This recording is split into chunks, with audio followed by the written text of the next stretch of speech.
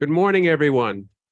So we'd just like to ask everyone to take their seats, please, so we can get started. Thank you for coming. Thank you.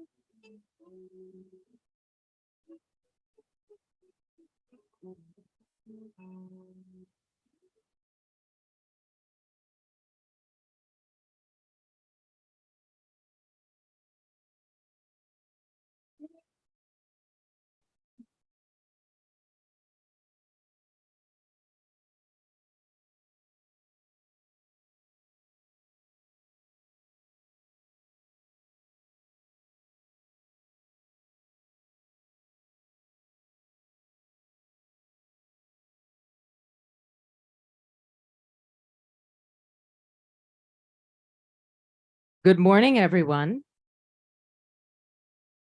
Would love for you all to take your seats. And when we do, I might be able to point out a few, like there's one right over there, if somebody wants to come down.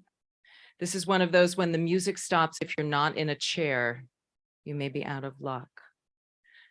There's one down here. There's two over here, if somebody wants to slide in.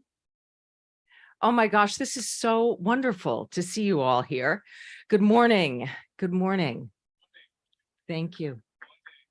Welcome to Terminating Hate, Breaking the Cycle of Extremism.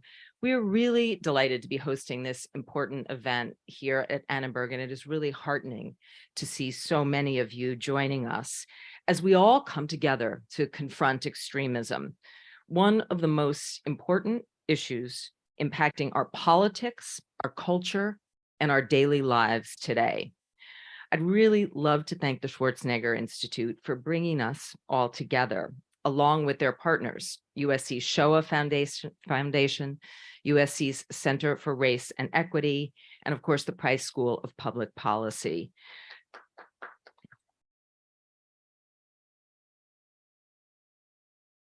This event really represents the wider USC community coming together for these critical conversations. The trends that we are watching are, by any measure, extremely troubling. Political parties today is deeply divided as they've been for a century. That divide reinforced by increasingly hostile and offensive rhetoric. Citizens far apart on issues that are fundamental to our democracy and fundamental to our daily life: free speech, press freedom, voting rights. We are increasingly a society characterized by deep and unyielding polarization. By the way, something we study very closely and with great intensity here at USC Annenberg. While this is most certainly not a uniquely American phenomenon, over the past several decades, extremism has raised its ugly head in liberal democracies around the world. We are confronting this in very real and very alarming ways, very close to home. This past year, hate crimes increased across major American cities to record levels. Here in LA, police recorded 643 hate crimes in 2022 alone. It was the highest number since 2001. Nationally, hate crimes reported to the FBI rose 31% between 2021 and 2022. And anti-Semitic incidents in the US rose 36% last year, to the highest levels since the Anti-Defamation League started keeping track in 1979. It is very clear America is facing a level of extremism unseen since arguably World War II. But let's draw an important distinction. This isn't like World War II or even 9/11, when we were forced to navigate extremist threats from outside our country. This is a threat that we are facing from within. So here we are, to name the problem out loud, to critically look at its causes, and to frankly and openly discuss and advance solutions. For example, what tools do we have to break extremism's toxic hold, especially as we gear up for the 2024 election? So thank you to you, Arnold Schwarzenegger, and Dr. Erroll Southers for organizing Terminating Hate, and a huge welcome to our extraordinary participants. CNN's chief political correspondent, Dana Bash, will be up here on stage in just a moment. She is both participating in today's panel, leading it for us, and also covering it for CNN. And she's already been booked to come back. So any Annenberg students who are hoping to have a few minutes with Dan, the great Dana Bash, if not today, we promise we'll get her back. We'll get her back here again. So thank you. Again, thank you all for being here today. Your participation is the most important part of today's event. So welcome, and let's begin. And now it's my pleasure to introduce someone who absolutely needs no introduction, our extraordinary former governor of California, Arnold Schwarzenegger, who is a powerful voice against extremism and hate. Arnold Schwarzenegger.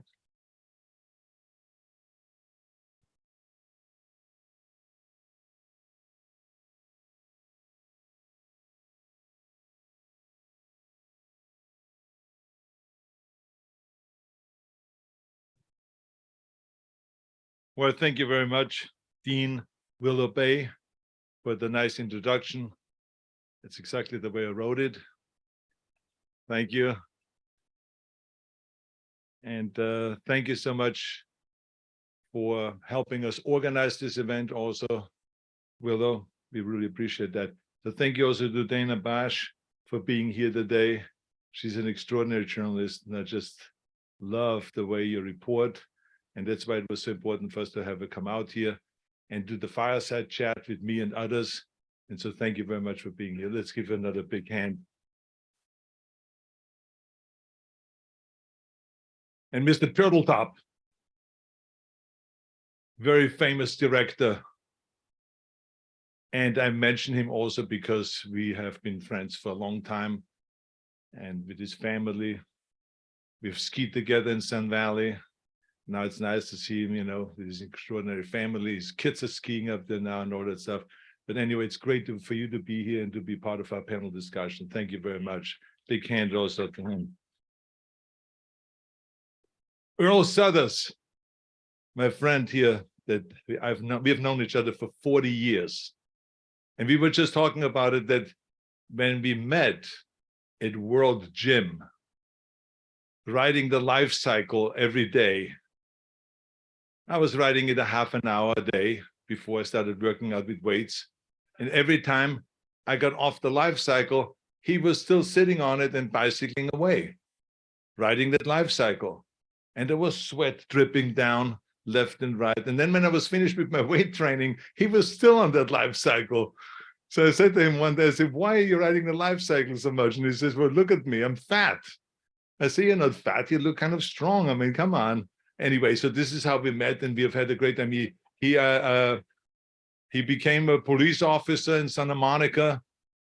Then he got at my house secretly in Santa Monica. He came by for advice about his career when he then went to the FBI and started working for the FBI. And then eventually when I became governor, because I hired him, he was part of the Homeland Security team and so on. So really fantastic guy and an expert now dealing with this issue of prejudice. So thank you very much for being here today. Let's give him a big hand also.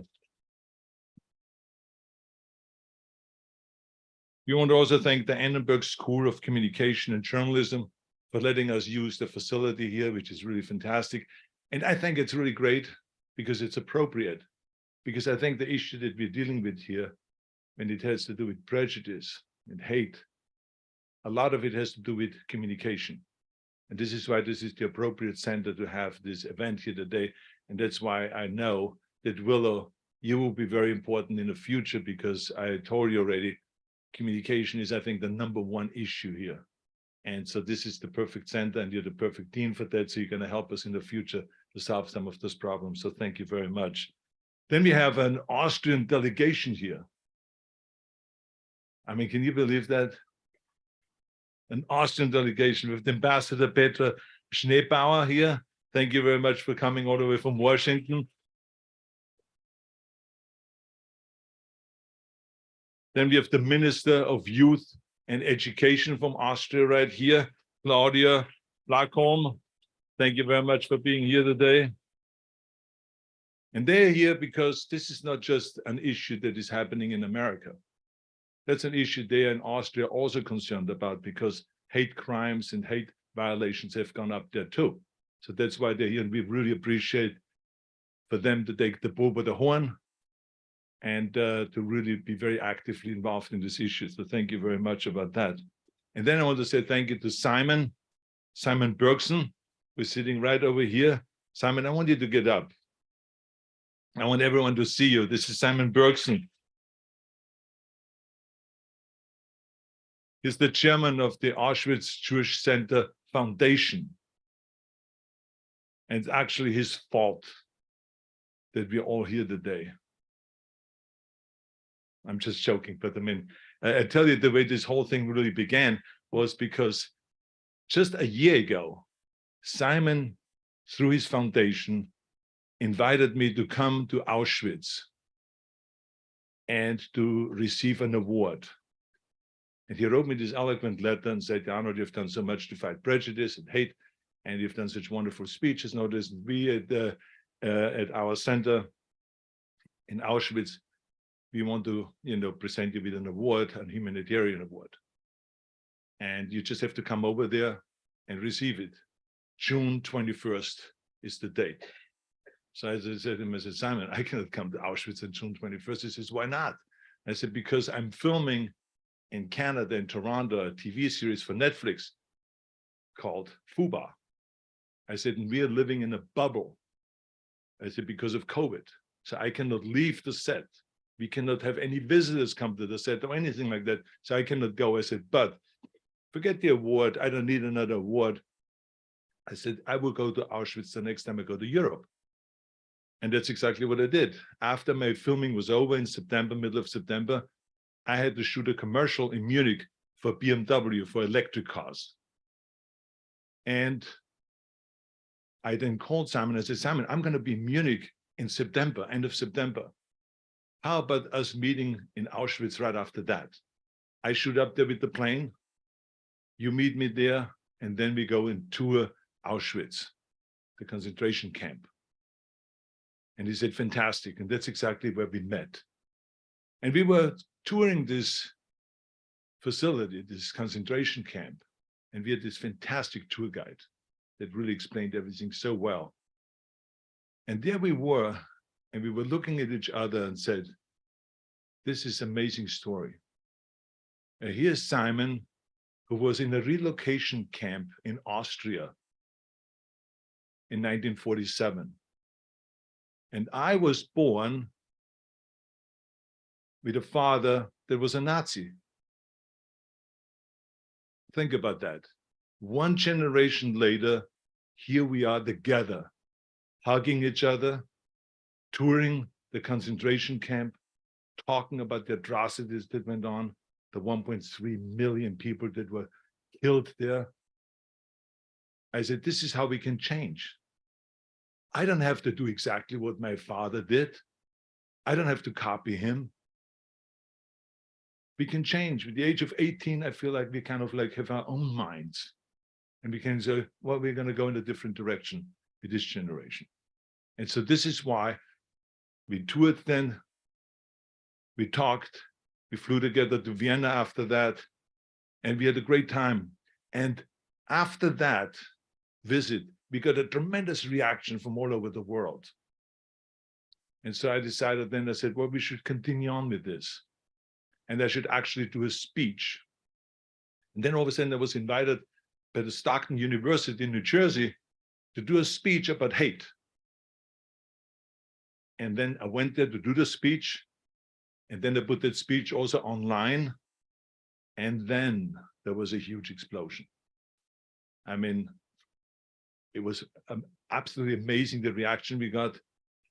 Almost 100 million people viewed that tape and that speech. 3 billion people impression.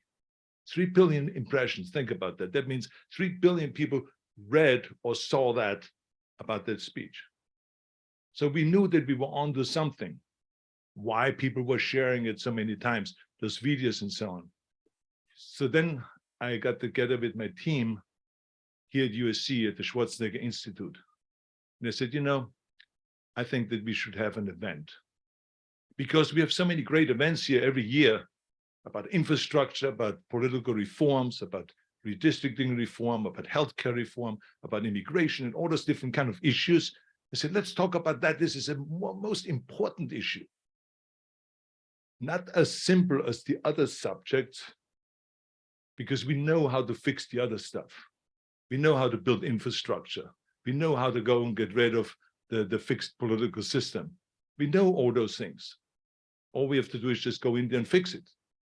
But with hate and prejudice, it's a very complicated and difficult issue that has been around since the human race has been around.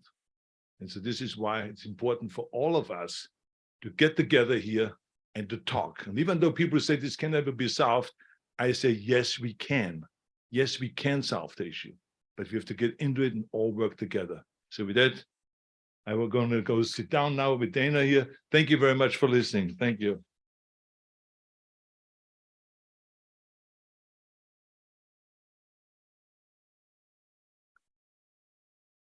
Thank you, Arnold. While Arnold takes the far seat, We're going to be joined on stage by Dana Bash, who will run a fireside chat with Arnold about some of these topics. Hello, Dana. Thank Now, you. if I call you instead of Dana, Yeah, it's just my Austrian accent, okay? I honestly, I'll answer to anything. Okay. Whatever you say, I'll respond. That was amazingly powerful, and I'm going to ask you a lot more about that. Thank you for having me here, and thank you for doing what you're doing. And as you're talking, I'm thinking you could use your platform for anything, and you have for a lot of different things, and you still do. To help with society, to help with children, to help with the planet. Why is this topic, terminating hate, so important to you at this moment in time? I think we see a rise, as you've heard, the statistics. We see a rise of hatred and hate crimes, not only in America, but all over the world. And I always feel kind of like when you're a celebrity, you have the responsibility to use your platform, your power of influence in the world, and so many millions of people, and use it for something good. And since I am very much into the thing of trying to give something back, not just to take, I thought that it was important for me to talk about this issue, because I come from a background, from a country that was part of the Second World War, Austria, that committed tremendous atrocities. And I remember that my mother telling me that when there was the Anschluss, when Austria joined Germany, within a few days, when she rode her bicycle to work, to Mürzzuschlag, she saw dead people lying there on the side of the road, and some of them were hanging. And she went to her superior. She was a young girl then. And she went to her superior, where she worked at the government office, at the local government office. And she was complaining about that. She says, it's horrible what I've seen today. And he said to her, he says, look, if I would be you, I would be quiet. Otherwise, you would be lying there next. So this is the kind of direction that those kind of things can go. And so I don't want that to happen again. Nowhere in the world. Not in Austria, not in Germany, not in America, nowhere. And so this is why it is very important to me that we do everything that we can. Now, I know that I'm just one voice. Maybe a strong voice, but a voice. And that we need a lot of people to come together. And this is why I think this today is very important. And I'm so happy that we have so many students from USC here today listening to that, because this is the young generation. We are relying on them to learn about this and to figure out a way of how do we solve this problem without just accusing the other side of being stupid or being in prejudice or being into hate and all this.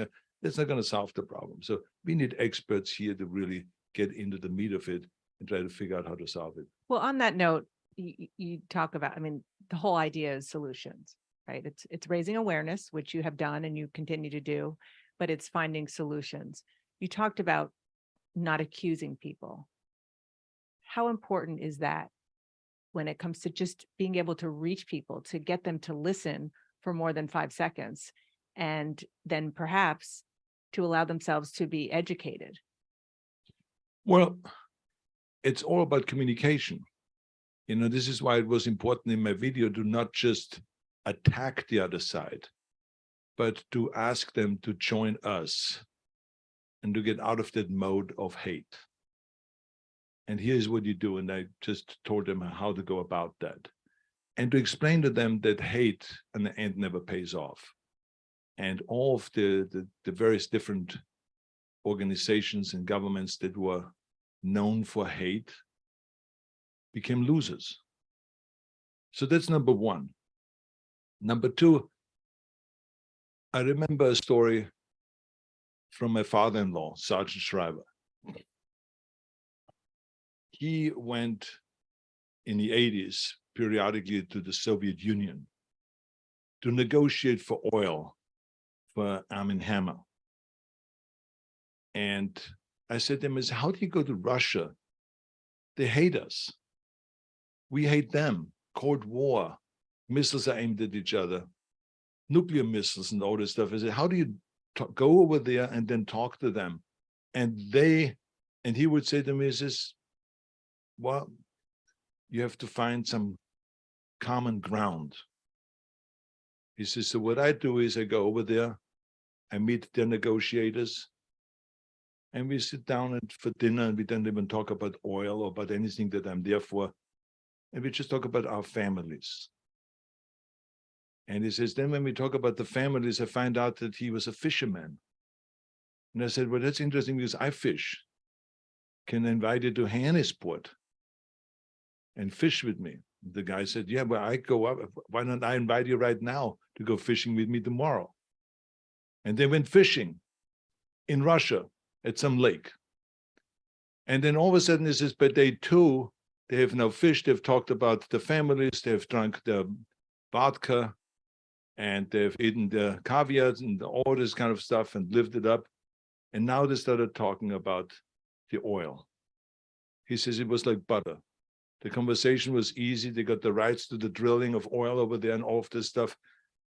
And he then invited him, this man, over to Hannesport, and they were fishing there. So the bottom line is, here's 2 countries that hate each other, but he found a way through communication to get in there and to make everyone kind of understand the other side.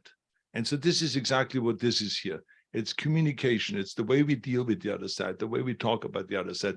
One thing we know for sure is to accusing each other, them calling us losers and we calling them losers. No, it's not going to solve the issue. Talking past each other. Yeah, exactly.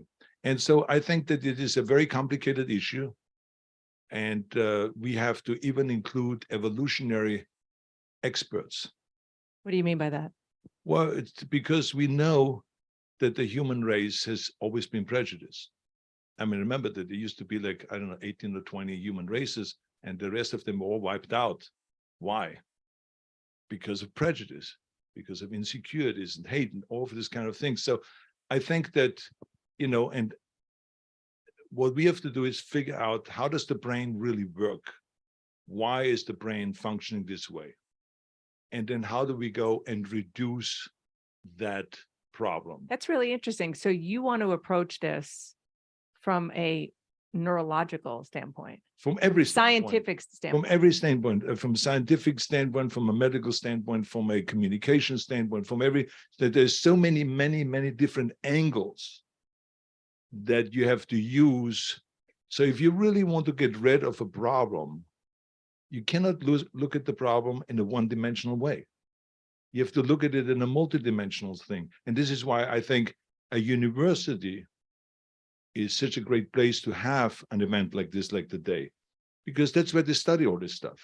So we have to eventually include someone that is an expert in evolution and see what is the part of the brain and how does the brain really work and how can you diffuse that. And so those are the kind of issues we want to get into. I'm really interested in that. As you know, I'm always interested in trying to figure out and to solve a problem. I mean, people always will come and say it's impossible to do, but there's no such thing as impossible. I mean, I've heard impossible my whole life. You know, it's impossible to come to America. It's impossible to be a world champion in bodybuilding. It's impossible to be a leading man. It's impossible to become governor if you're not into politics and blah, blah, blah. I heard this impossible all my life. So I think this is also one of those things where people say it's impossible, but I think it is possible if we make an effort. I want to go back to what the story you told about Sergeant Shriver. And obviously you took that and you used it in your political career because you had to, because you were a Republican in California in order to get things done. But there are people who are going to hear that and say, we shouldn't even talk. If somebody is that full of hate, they don't deserve our attention. They don't deserve to be engaged with. And what do you say to that? Well, that sounds good if they can prove to me that that worked. If anyone shows to me that it worked, not to talk to the other side, then I would say, let's go all the way with that. But it didn't. Nothing yet has been accomplished.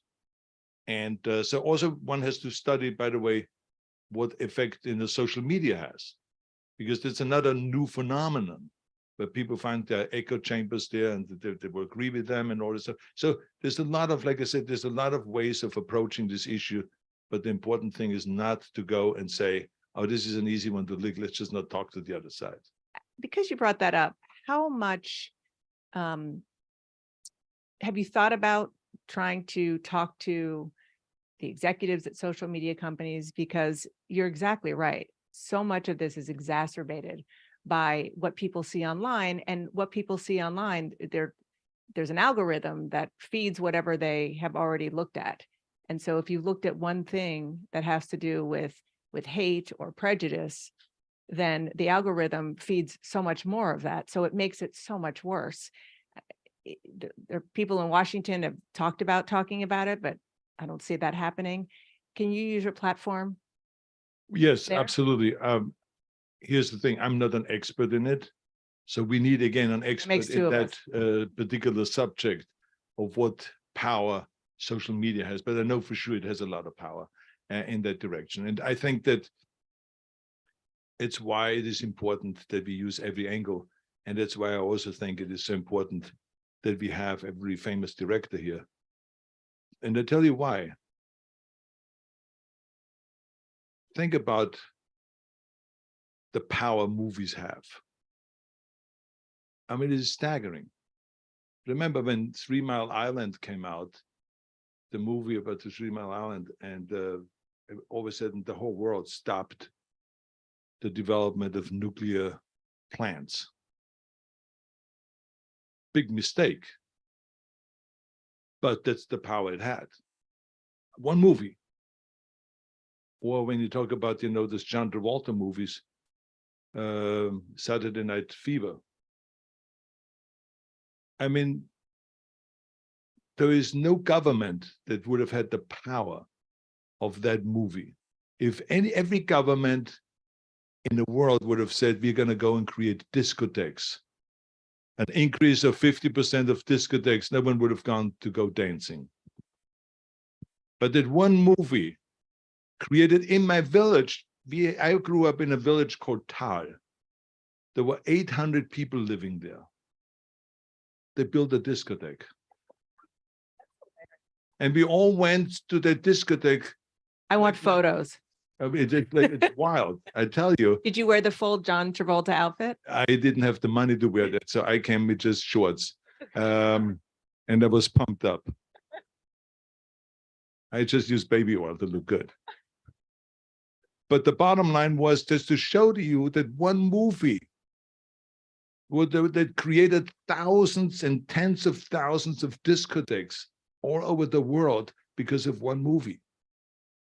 And there's endless amount of stories. I remember when Conan the Barbarian came out, one of my movies, and Terminator, people started looking at the body on the screen and they all started working out. We could have pushed the bodybuilding thing for decades. It didn't have the impact that TV shows and movies had. Then Stallone came in and Van Damme and all those guys. And all of a sudden, there was a huge boom in the world when it comes to weight training. So this is the impact. And this is why I think you maybe see Turtle Top. Oh, there's another guy in here. It's not another guy in here. Very, very powerful. He's a really brilliant writer and brilliant director. And so this is what he's going to talk about here. And I don't know exactly what he's going to talk about, but I mean, I know he's going to address the power that we have through movies and through writing, script writing and all of this stuff. So we have to build it. The reason I'm mentioning is because it's just, there's so many angles. We have to kind of use angles that the other side doesn't always expect. And then all of a sudden they find it appealing and they go in that direction. And so this is, I think, government has a difficult time with all of those kind of issues, as you know. I mean, they cannot even fix the gun control issue. Those idiots in Sacramento or in Washington. I mean, you have 90% of the people say, yeah, we need to have background checks, and they can't get it done. Think about that. That's why they have in Washington, Congress has a 20% approval rating. which is of course worse than the approval rating of herpes of Fidel Castro. May I remind you, okay? So, but I mean, that's how sad it is. So they can't fix anything. So this is why I think we are sitting here, because we have to say, okay, government is not going to fix those problems. We have to. You know, people have to go and get together and fix those problems. I feel like I need to do a fact check on the herpes. Because I am, But it sounded good. it sounded good because I'm pretty sure herpes had a lower approval rating than 20%. No, I don't think so. You don't think so? Well, I There are don't know. I'm not 20% an of expert people in who are herpes, but I mean, pro-herpes? I'm just trying to tell you Okay. that it is All right. the I latest just rating. know. So, well, let's check it out. Yeah, do some let's- fact we're gonna- checking. we're gonna- Ketchel, do some fact checking. Okay. Okay, back to the topic at hand, which is, you know, it's good to have levity because, you know, we all I know why. love that you got stuck with this herpes thing. That is very I mean, specific. is there something you want to tell us? No, Okay, definitely got it. No breaking news here.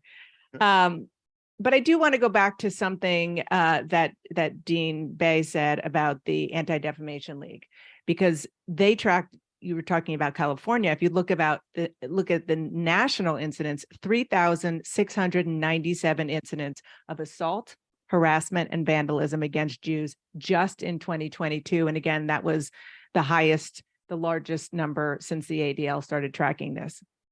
We talked a little bit about social media, but just more generally, why do you think hate and even specifically anti-Semitism is on the rise as it is now?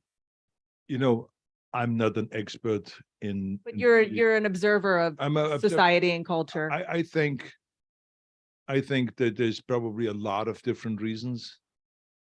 And I think that it's very clear that the more liberal we go with the social issues, you see the other side becoming more and more angry, and there's more and more hate in general. There's the people that created the insurrection and you know, went absolutely berserk in Washington on January 6th. And there's just so many people that are angry, not just angry about whites against blacks, against you know, people against Jews and all this, but angry in general. I mean, just watch people when they drive. I mean, I'm Mandeville Canyon, I see people stopping at the stop sign there or just zipping through when I come out of my street. And you can see them. This woman the other day, she was like stopping them. I mean, she was pissed off. I mean, imagine this is now 6:30 in the morning and she's already so angry. And so this is what's going on. And so anything can make that person blow up. So I don't know what the reasons are for all of this, but I think we have to figure out a way of toning it down. And this is one of the reasons why I have my daily newsletter. I literally started it to help people with their fitness and with their, you know, losing weight and to feel better about themselves. But I realized that everyone said it was the only positive thing on social media. So I think we can use social media and really do the opposite that is going on right now, and to really kind of feed the social media with positive reinforcement. People just love it. The amount, I'm just giving them, I mean, just think about it. I mean, all I do is if someone writes to us and says, okay, I can get out of bed. What do I do? So, you know, I give them a simple solution, what I think is wrong, which is I say, you have no purpose maybe to get up. Find a mission. Find a mission, find a reason. I said, when I get up, you know, my mission is to feed the animals. So it's a simple kind of a thing that I come up with. I'm not a psychologist or anything, but the reaction I get is, thank you so much. You helped me so much to get out of bed. And I finally found a purpose. I said, I have to go to work. And it goes on and on and on for a simple thing. It's just people just love when they finally have someone say something positive. And so to me, I found out, and this is not something that was my goal in life. And this is what's really interesting about life. My goal was, when I was 15 years old, to be a bodybuilding champion, the greatest bodybuilder of all times, and to come to America, and to get into movies, and to become rich and famous. That's it. But not in my wildest dreams did I ever think about that one day I would be running for governor and they will become governor of the 5th largest economy in the world. And that one day that I will be fighting for the environment. And that one day I will be sitting here talking about hate and prejudice. This is stuff, this is kind of like, or that I will become a motivational speaker and will have motivational suggestions on my newsletters and all that. So this is all stuff, this is kind of new for me, but it all is part of what my father always said to me, be useful.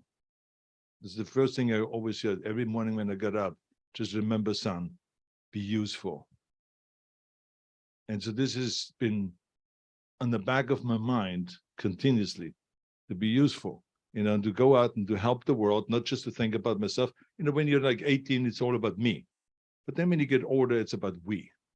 And so this is what I've basically done. I've started thinking about the bigger issues and how do we help the world with this. And this is one of the issues that I'm involved with. We are out of time, but I have one last question. You are obviously, you just described it, a very goal-oriented person. You told me once that what you do is you picture in your mind what you want to attain. So on this effort, what's that picture in your mind? What is success? I'm absolutely convinced that we can make an impact if we all work together and if we find the right way to go, how to go about it. Absolutely. I'm as much as I was 50 years ago, they were laughing at me 50 years ago when I said, one day there will be more gymnasiums where people will be working out daily than there will be grocery stores or supermarkets. They were going exactly. Check it out. There's more gyms now than there's supermarkets and grocery stores. Exactly. It took 50 years. It's not from one day to the next.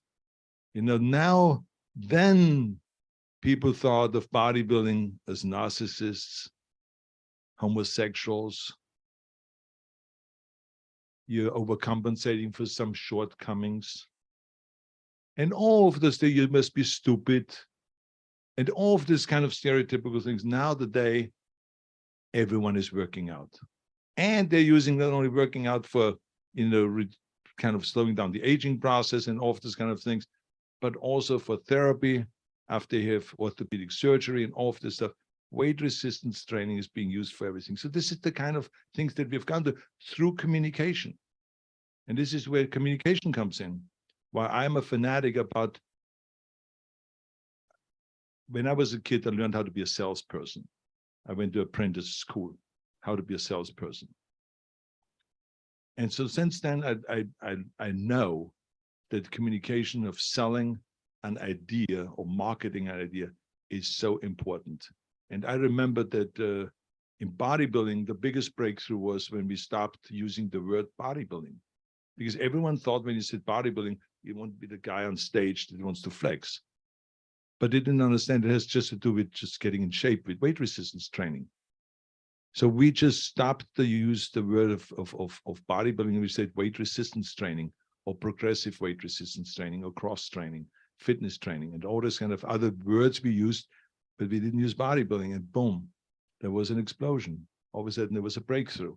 And so the same thing is with this. Everything we just have to find. We are right now in the beginning. We are the only group that really is dealing with this, may I remind you, because everyone is just the same thing. Let's accuse the other side and let's attack the other side. And we know they're wrong and we are right and all this stuff. Let's assume for a second they're wrong and they're right. We all know that. But how is it going to help us? How do we move the needle forward? So this is why we have to get into it and have this multi kind of dimensional approach to the whole thing. And I think when I say that we can have an impact, I mean it, and you will see the outcome of that. I think that we can do a great job with all that if we all work together. Governor, thank you.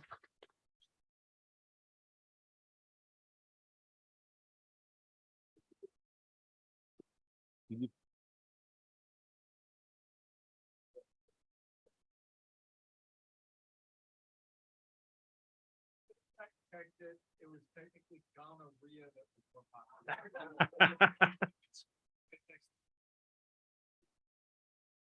Yeah. So you're happy now? That gonorrhea was more popular than Congress, rather than herpes, it's a big, big issue.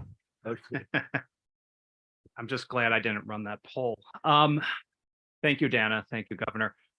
Our next panel actually continues the theme of reaching across. The title of the panel is Reaching, Not Preaching, Breaking the Extremist Mindset.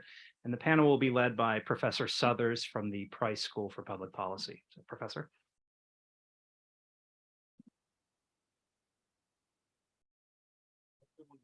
Thank you very much for being here.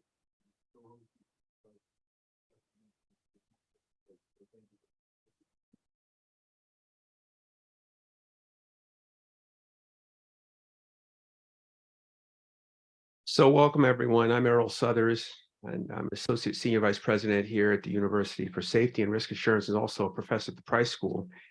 And I want to first thank a couple of friends before I introduce my very esteemed panelists. You know, one, I've known Arnold, as he mentioned, for over 40 years, and he's always raised the bar, and literally. And I've had the privilege and if you will, the luxury of being able to talk to him anytime I want and stop by his house and ask for advice. So, by the way, what he didn't tell you about all that time on the life cycle, it did pay off.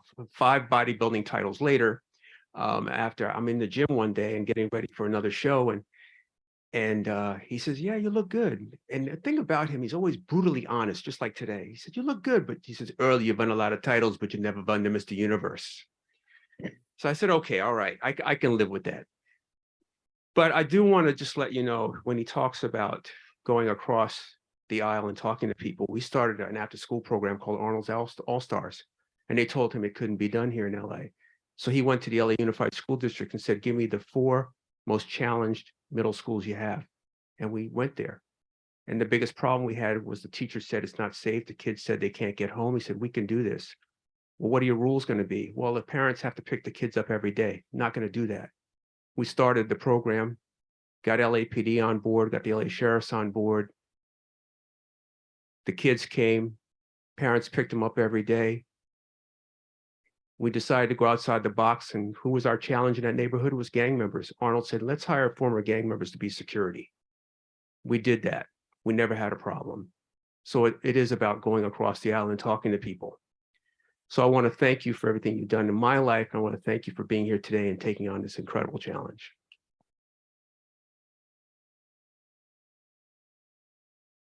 So with that, of course, after his YouTube went viral, I get a call from Conyers, and I know exactly what he's going to say to me.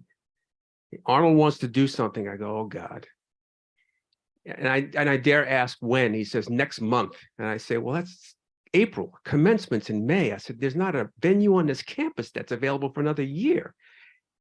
But I have one friend that has never said no, and that is Dean Bay. And I want to thank you for allowing us to be here today, knowing how challenging it is to be on campus right now, but how important this is. Just thank you and your staff for always opening your door when we have events like this and just welcoming us today.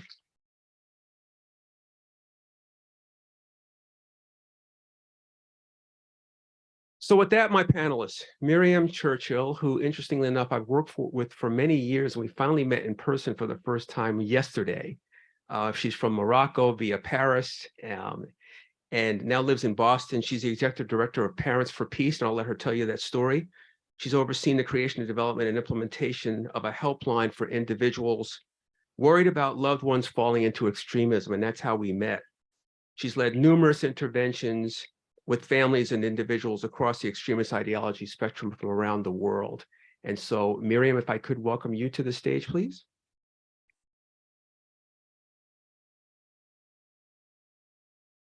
And we talk about going across the aisle. I've been on the board of a group called Life After Hate, and Chuck Leek is an exit specialist, and I'm going to let Chuck tell you what that's all about. But he's also a former extremist. And I always have to pause, since I have a Jewish wife and daughter, when I tell them I have former neo-Nazis who are people I work with. But it really is about going across the aisle. He was actively involved in the white supremacist groups for over 15 years. In fact, Chuck was connected to an individual who we'll talk about today, who, when I was an FBI agent in San Diego, we used to work cases on him in San Diego. He began in the 1980s and became sympathetic to their beliefs for more than 20 years, in fact, including a stint in the United States military, which he'll talk about. In 2011, he was introduced to Life After Hate and started to change his thinking about the ideology. And now he works as an exit specialist with a number of folks that we work at a number of different extremist ideologies to get them off that pathway to radicalization and out of the movement. So Chuck Leek, if you'll join me on stage.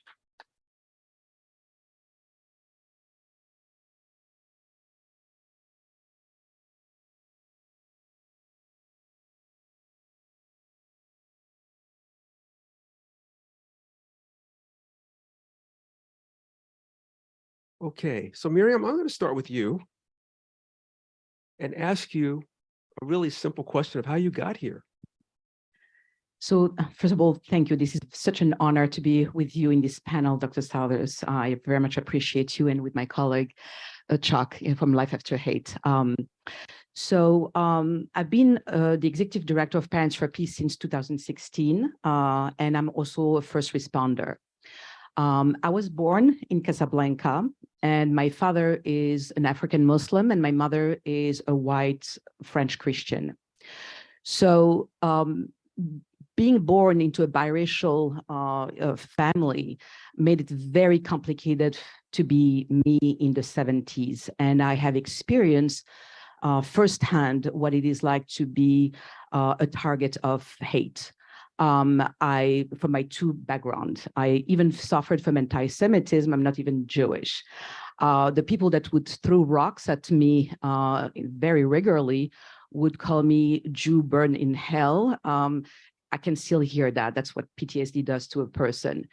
And according to them, being a half Muslim, a half Christian made me a Jew. You know, it's always very interesting to hear the complexity and the humor of that situation.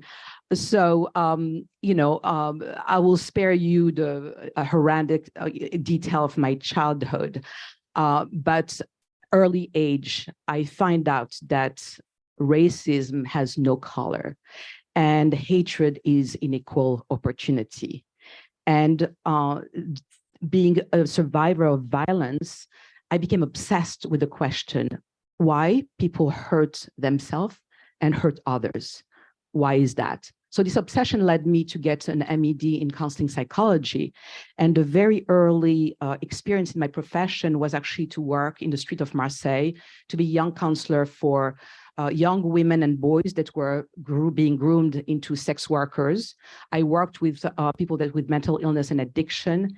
And I had no idea that this early experience would lead me to understanding the grooming of vulnerable people into extremism and how crucial it is to take a public health approach. Well, thank you. Chuck, I want to ask you, tell us a little bit about the person that we have here today. And if you would then move into what got you into this field. Yeah, so I was actually born and raised here in Los Angeles. My dad was Tommy Trojan in 1964. I moved to San Diego in 1986 when I joined the military, and I drifted into a skinhead circle there. Was introduced to, well, I had been exposed to, white supremacist and neo-Nazi imagery and terminology through most of my childhood growing up here in LA. But then in San Diego, I met people who were active neo-Nazis, and I fell in with that ideology. I was involved with a group called White Aryan Resistance, which was Tom Metzger's group, which is who Dr. Southers was talking about. And I spent about 15 years involved in that stuff directly, nearly 20 sympathetic to it. I actually left in around the year 2000. And at the time, there were no groups like Life After Hate or Parents for Peace. So I basically went through the steps of disengagement and de-radicalization on my own. I was fortunate enough around 2011 at a point where I was really kind of developing a completely different identity to meet a guy named Frank Mink, who he's loosely who the story of American History X was based off of. we started talking, and about that same time, him and a number of other former extremists formed the Life After Hate organization. I've been volunteering with them since then, since 2011, and then I'd been asking them the whole time, hey, find me a job, find me something I could do, you know. And then I was fortunate enough back in May of last year that a spot opened up as an exit specialist, which is, yeah, you know, I mean, that's not my favorite term in the world. What it really is a peer mentor. So I work with individuals who are leaving hate groups or thinking about leaving hate groups, just to kind of try and help them, you know, navigate the experience. Like, let them know, hey, you know, I've been where you are. You can get out of it. You can change your life, and society will accept you again. You will be able to find a purpose, and you will be able to have a constructive life. Oh, thank you. And if you haven't seen American History X, I highly recommend it. When I was teaching my course on extremism here, I used to show it every semester. And what was really disturbing was the fact that many people hadn't seen it, as it is with many films that we have here. But it is a very powerful film about Edward Norton plays the lead, and he's here in LA, and he becomes a neo-Nazi, and he recruits his little brother, and it's really powerful. It takes place at Venice High School, and there's an incredible scene in there at a dinner table where his mom is dating a Jewish man, and I would show that scene to my class each semester, and it's just incredibly powerful. So Miriam, we met because you introduced me to the parents of a young man who was incarcerated after going into a recruiting station and shooting 2 military servicemen there and getting arrested and convicted and sentenced. Tell us about the work you do with Parents for Peace with people like that.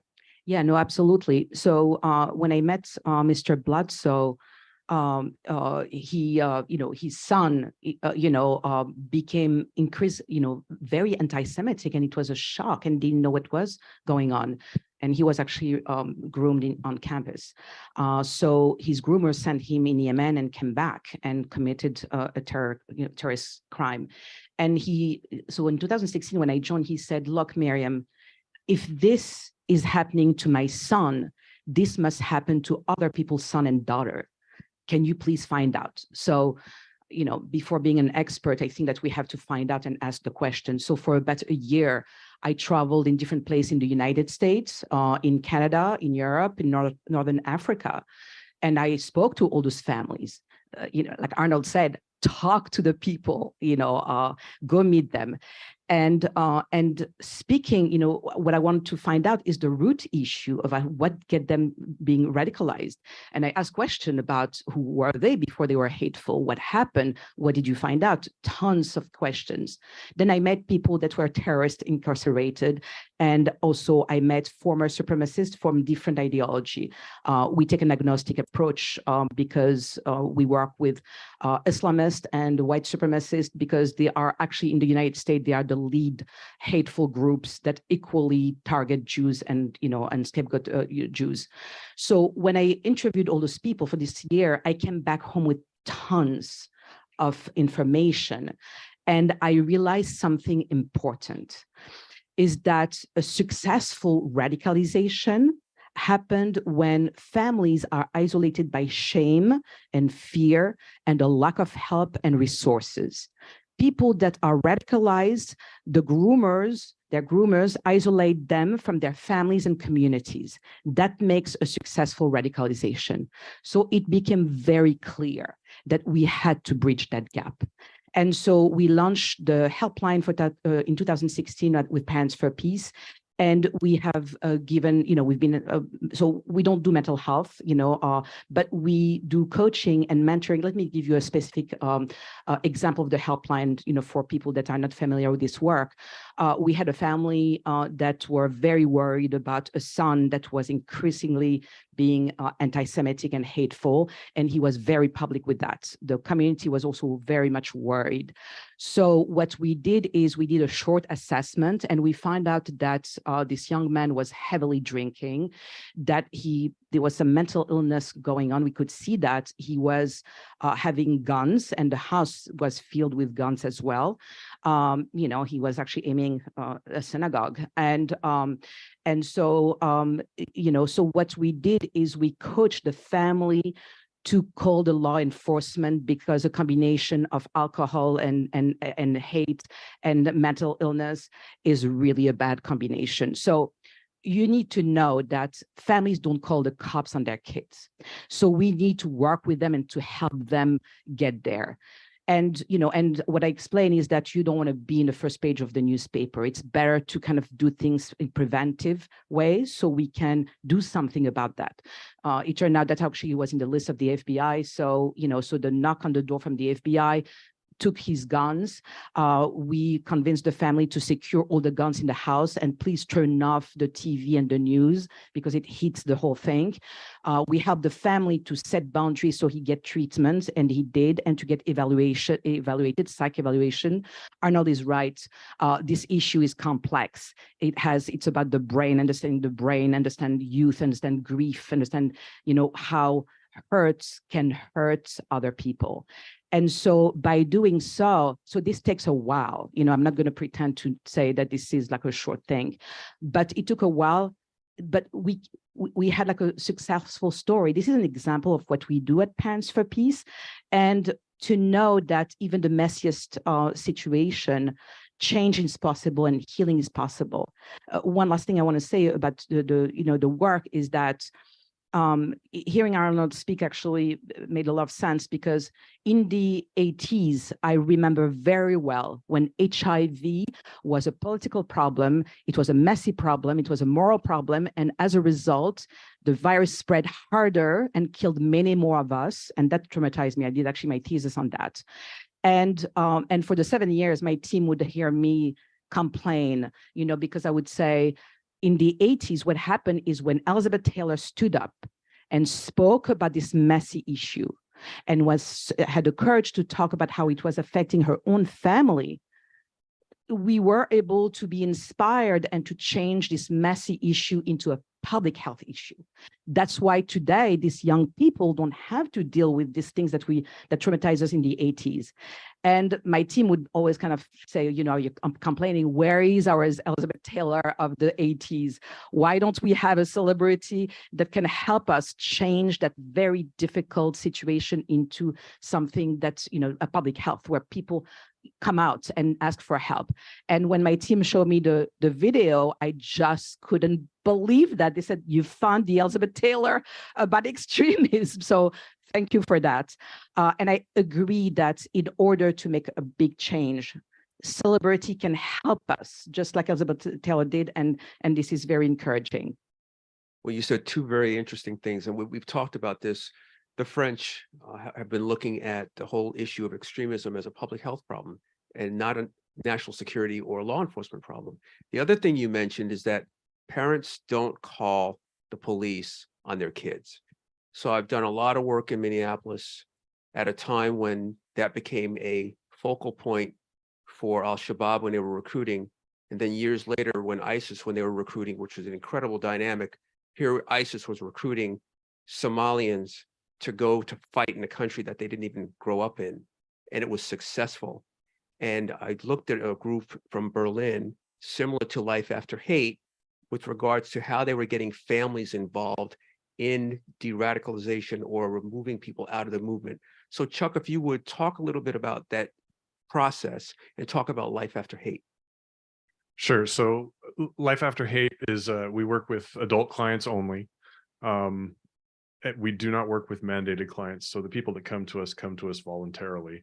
And so we seek first to get a commitment from them to nonviolence, to eschew violence as an alternative to, we look for disengagement, getting them to leave the circle of friends they have behind, the social group.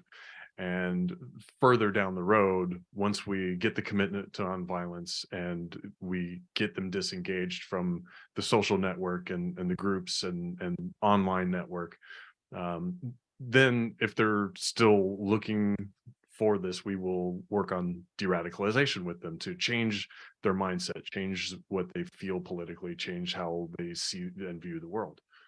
And so this is, there is a broad spectrum of a problem here, you know, and it's honestly, these groups are symptomatic of an issue that is systemic. It's not, you know, they aren't the problem themselves. It's a systemic issue that is the problem. White supremacist groups are a symptom of that. It's a malignant symptom. Don't get me wrong. I'm not trying to minimize it. It's something that needs to be addressed. And, you know, one thing we say at Life After Hate is that our ultimate goal is to put ourselves out of work, right? We don't want to have to be doing this. So we work with clients. Life After Hate has been in existence since 2011. Over the last 2 or 3 years, there have been some pretty significant strides in the way we're doing things. We've created what has kind of been coined a multidisciplinary team. We have a psychologist running our program. She's a registered licensed psychologist. We have multiple master's level social workers who work directly with the clients. And then we have a number of peer mentors like myself who also work directly with clients. So it's a team approach, and they talk to all of us, and we all kind of collaborate on where they're at, what their social needs are. So the social workers in this are a huge component. I can't tell you how, like, when the social workers came in, Life After Hate changed exponentially, and the good we're doing and the results we're seeing has become so much greater because the social workers can put them in touch with services that no one in my position, I don't know anything about psychology. I don't know anything about social work. I can talk to people about my experience and how it relates to their experience, but I don't know how to find people educational opportunities or employment opportunities or counseling.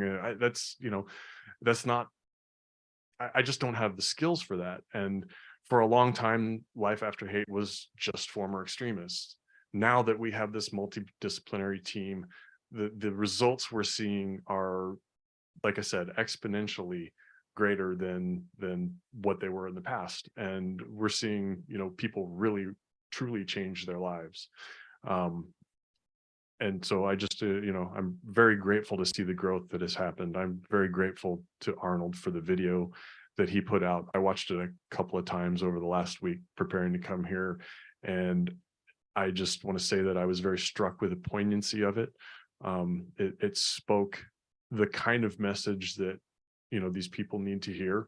It's not us versus them. It's not, you are cut off from society forever. It's you're living a lifestyle that is harmful more than it is to everybody else in the world. It's harmful to yourself.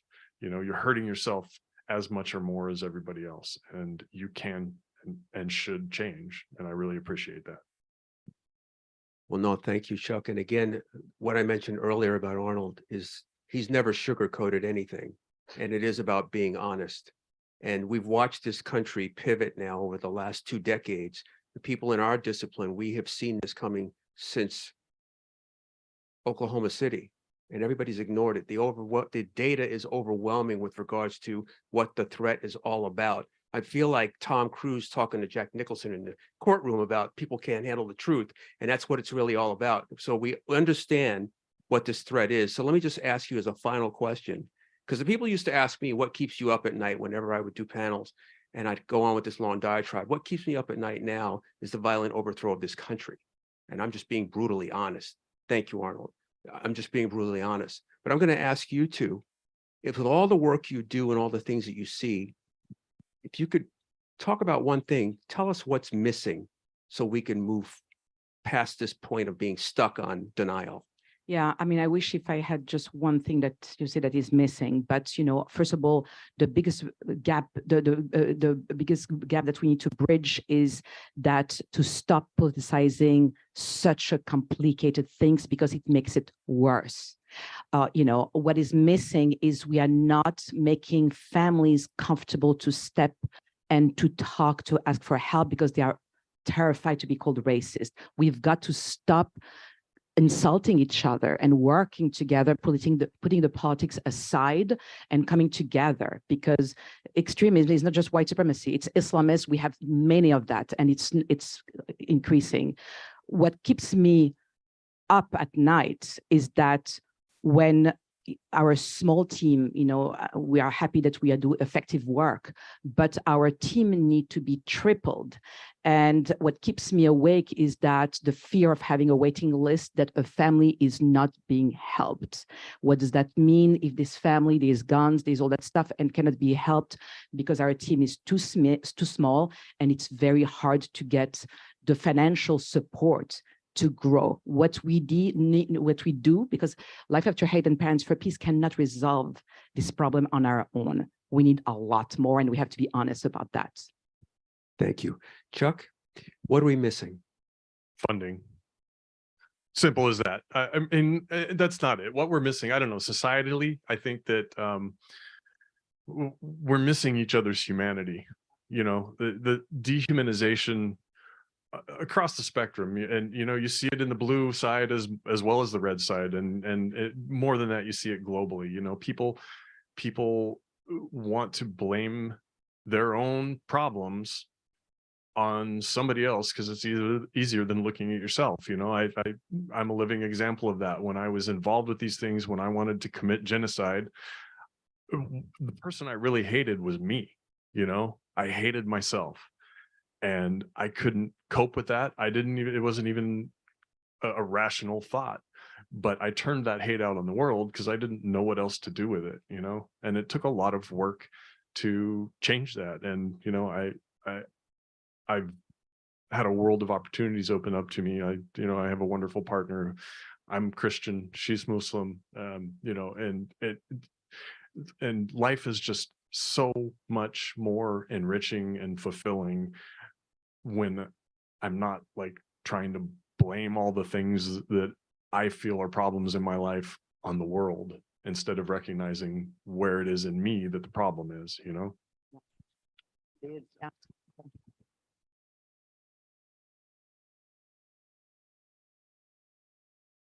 So with that, Miriam Churchill, Chuck Leek, thank you for your commitment. Thank you for your service. Thank you for believing that we can change the paradigm. And ladies and gentlemen, another round of applause for Miriam and Chuck. Thank you, Erroll.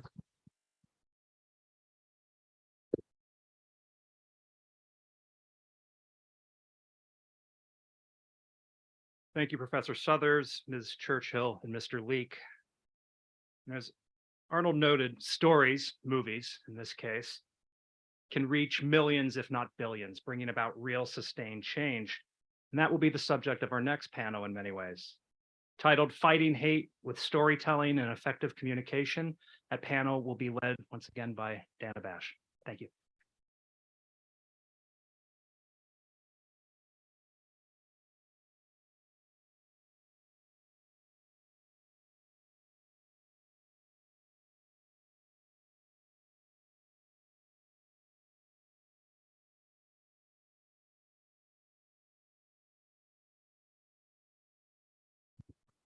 Hi again.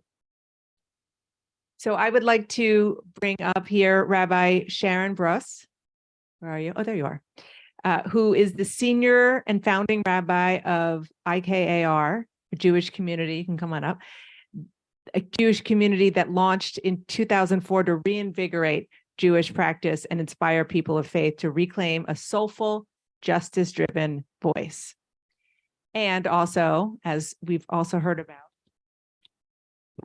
a famous director, John Turteltaub, who has been a leading producer and director in hit movies over the past 30 years, known for hit films like Three Ninjas, Cool Runnings, While You Were Sleeping, Phenomenon, and it goes on and on and on and on and on. So thank you. Thank you, both of you. Thank you. So Rabbi, I want to start with you because we were chatting beforehand and you said something that I agree with, which is, let's just sort of go back to the baseline, which is, can you define what anti-Semitism is? Sure. And let me just say, I'm really honored to be here, and I so deeply appreciate the framing of this conversation. This is a conversation about anti-Semitism that's framed as a conversation about breaking the cycle of extremism. So from the outset, we're treating anti-Semitism as a form of racism that operates in coordination with other forms of racism, including anti-Black racism, including anti-immigrant racism, all forms of extremism, anti-trans hatred, homophobia, etc. One of the problems with anti-Semitism is that we don't really define the terms very well.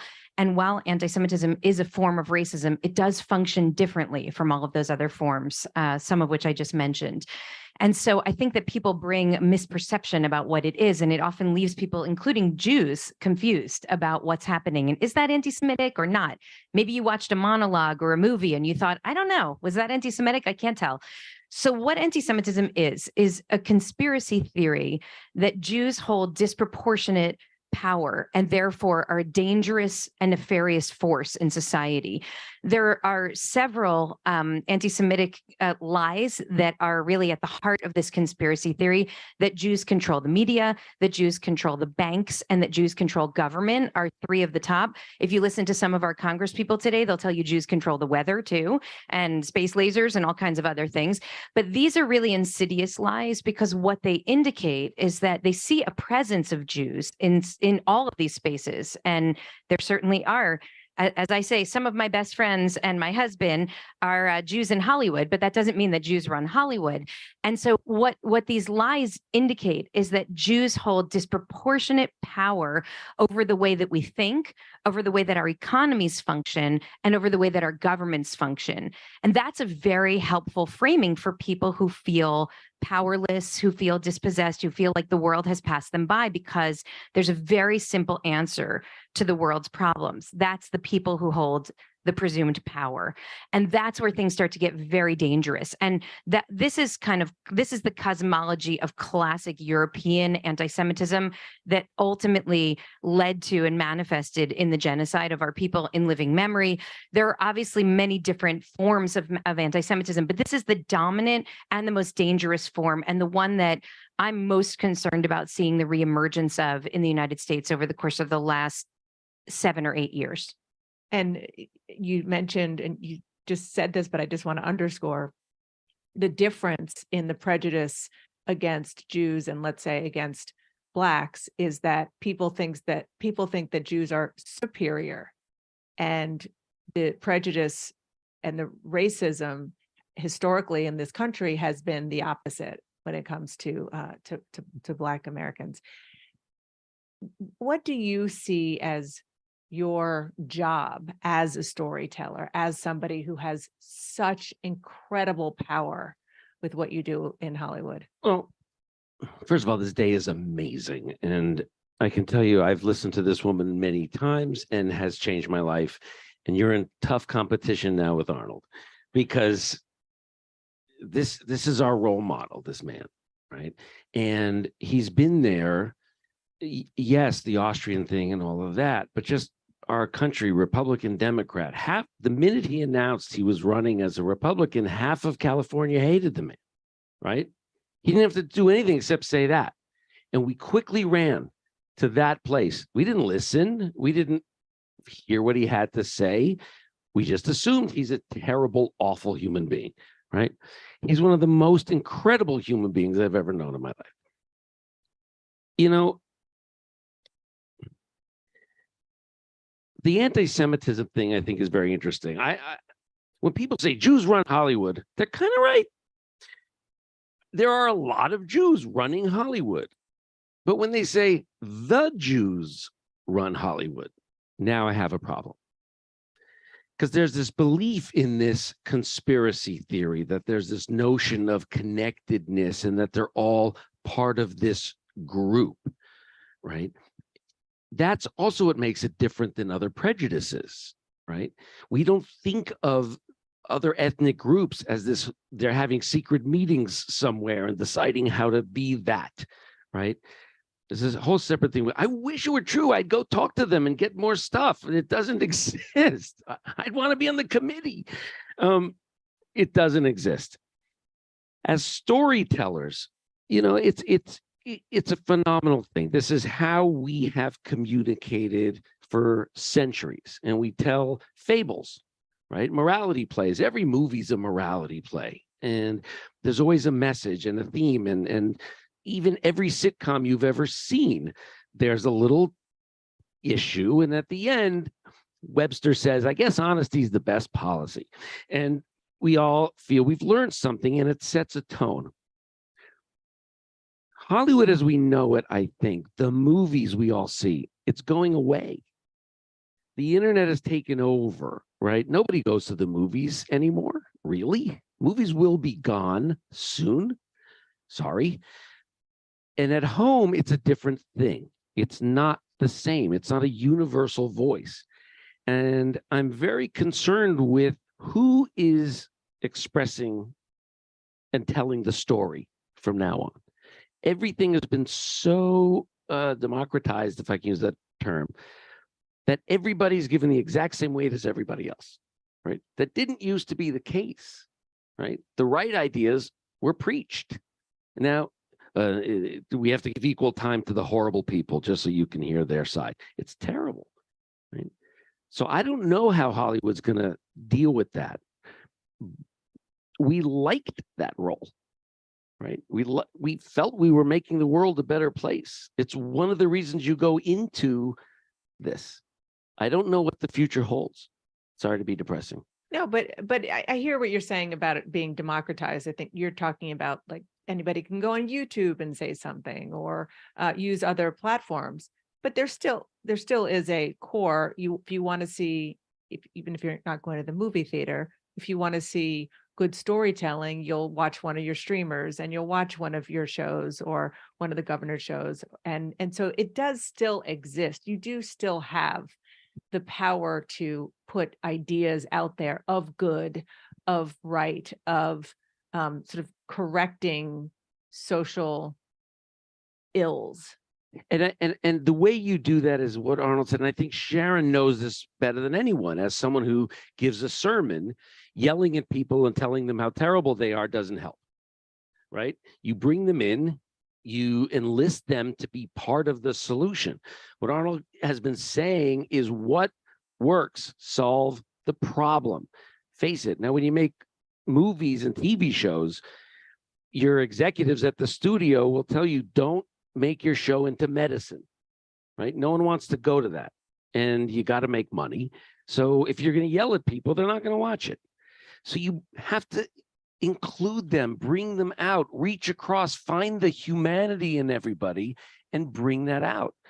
And I think stories do that well because you can give an objective person, right? This isn't someone you know, it's a pretend person, right? And you can live through that and learn your lessons that way. I want to say something about story also. Thank you for that, John. I think the question is, what are the stories that we're choosing to tell right now? And can we be daring enough to actually tell a different story about the time that we're living in? The fact that you stood up here this morning and introduced yourself saying that you were the son of a Nazi was an incredible act of courage. Now, we all know this because we've all read this in the paper, but that you identify that as a central part of your story that you're not going to hide and you're not going to hold shame for anymore. And you mentioned shame in the previous panel.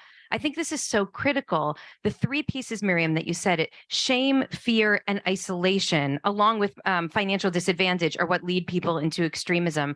How do we tell a narrative that allows people to move away from shame, which never leads to anything good? I'm an Ashkenazi Jew, so I think guilt serves a very important purpose in our lives, but shame does not. And so how do we tell a story that allows us to own the truth, but not feel ashamed of it. And I think what you just described in your relationship with Simon, the two of you finding a way to weep together at Auschwitz and not hold shame, but instead hold the grace to know that together you could tell a different story. That's the kind of narrative that we need. The greatest story, in my opinion, that the Jewish people have ever told is the story of the Exodus from Egypt. It's the very heart of the Torah. 4 of the 5 books of the Torah are about it. We cycle the whole year around this story. And I keep finding these eternal messages in it, like the fact that Sforno, this medieval commentator, Jewish commentator, said that the plagues on Egypt, the 10 plagues, were not designed to punish the Egyptians, but to awaken them to the fact that they were oppressing another people and could be part of the redemption narrative if they chose to. There was room for them to join in the path to liberation. And I think part of the problem that we're experiencing in America today and globally, because we all know that there's this, ultra-nationalist, illiberal trend around the world, is that the people who have traditionally held power don't want to let go of it. The people who've been powerless are demanding liberation and oppression from oppression. And we have not told a story that creates a big enough dreamscape for us to imagine that those two can walk together, that you can be part of the redemption story, that you can be part of the redemption story, that all of us can. And so I actually really appreciate the democratization of storytelling in our time, because it allows all these other voices to rise to the surface that might not have had room before. The question for me is, are we going to be brave enough to imagine a different kind of narrative in which we see not a zero-sum game in which your rise to power means my reduction in power? If more Blacks and Latinos are voting, that means that, my traditional holding as a white landowner from the South is going to go down. But instead, we together collectively can create a different kind of society. And that's the kind of courage that I know that storytellers need to have in order to help us imagine a different kind of future. Is that possible? It's absolutely, I mean, ask Oh, Arnold if well, it's possible. Well, I mean, I just Everything think in is the possible. storytelling But what- space. Yes, and but as Arnold said, it's a lot of things all at once, and that's possible a little bit at a time, right? You said something very interesting, which is it's about yourself. This is one of those issues that it's not about other people fixing. You have to do it, right? It's yourself first. When Arnold talks about how angry everyone is, right? That's all of us. And that anger, when it's validated by a group, suddenly feels great, right? Even a great group, right? Just look at sports teams. Nothing could matter less than that. And look how violent and crazy people get over that, because you have a team and an enemy and all of that, and you're told how great you are. So you got to start with yourself, right? Now, what's awesome, if I can stay on point of storytelling, is those best stories you feel you're being spoken to personally, right? You see yourself in that. You see the similar emotions, the needs, the fear of that. And fear, oh my gosh, fear is so much of this. And the more you see someone be bold and win, it gives you courage to be bold. The more you see someone even harder than bold is sacrifice and win. I don't think we're in a very sacrificey society right now, right? We're in a very heavy look at me, I'm a winner society right now. But when giving becomes the reward, we can change that. It's so well said. It is true. It all starts from within. It all starts with how you as an individual feel. Because, I mean, you were talking about it earlier, that once you let go of whether you're angry at somebody or you're mad at somebody, or you're taking things that are going on inside of you out on somebody else and realize what's going on, that is liberating. And it changes the whole dynamic of your relationships. And if it's done en masse, it can happen societally. One of the things I was thinking, because I know you wanted to sort of get to some of the core educational principles here. I was just in Poland last week, and I was in Warsaw for the 80th anniversary of the Warsaw Ghetto Uprising. And as part of that, they dedicated in the Polin Museum in Warsaw, an exhibit to the Warner Brothers, to the 4 Warner Brothers. And one of the things that they said, and I didn't know this, but it makes perfect sense, is that the reason the Warner Brothers came to Hollywood and did what they did is because they couldn't get jobs anywhere else. They wanted to be lawyers. They wanted to be, the other, have businesses, and they got the doors slammed in their face because they were Jewish. So they said, oh, we'll go to Hollywood because there's nobody there and nobody's doing it, and we'll figure things out there. Back in the Middle Ages in Europe, the only reason why Jews became bankers is because the monarchy, the king, said, this is the only job you can have, Jews.